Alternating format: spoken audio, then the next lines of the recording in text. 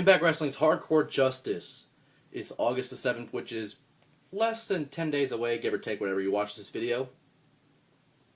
But there's only one new match we're going to talk about, and that is the Triple Threat match for the X Division Championship. Now, TNA, or Impact Wrestling, or whatever they want to call it nowadays, is trying to push the X Division, trying to elevate it to the level it used to be. Because back in the day, the X Division was the only thing that was made TNA different, besides the six-sided ring, or the six sides of steel, or anything that, TNA made different from any other wrestling company.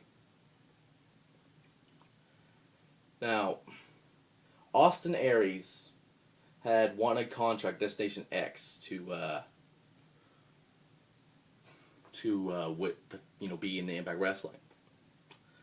And it's kind of weird how he came from being a two-time Ring of Honor champion, which probably is the only guy that's done that so far. I haven't followed on Ring of Honor lately, but I will in a little bit. But then he went to Dragon Gate after Ring of Honor made him will release some of his contract just due to budgeting and everything that some companies have to do. And the next thing, then he went to Impact Wrestling, and now there he is. I don't know if he is, if he should be in the X Division. Don't get me wrong, the guy is talented enough to be in there, but he is world title caliber. I guess that's TNA's way of trying to move him up the ranks very slowly, like any other competitor in any federation, I guess. Because, if you're a legend, you don't automatically get a world title shot by just walking up a company. You have to earn it. Doesn't matter if you're a 5-time world champion or a 2-time world champion. Doesn't matter. Still got to earn your spot and earn your shot. But, this is kind of a shock. Even though they have to make matches, even though it's last minute because they don't have much time to make matches for a pay-per-view, which I always hate when they try to scramble for matches at the last second, like chickens with their head cut off. We all know how that feels like too. But it could have been Abyss and Shelley, but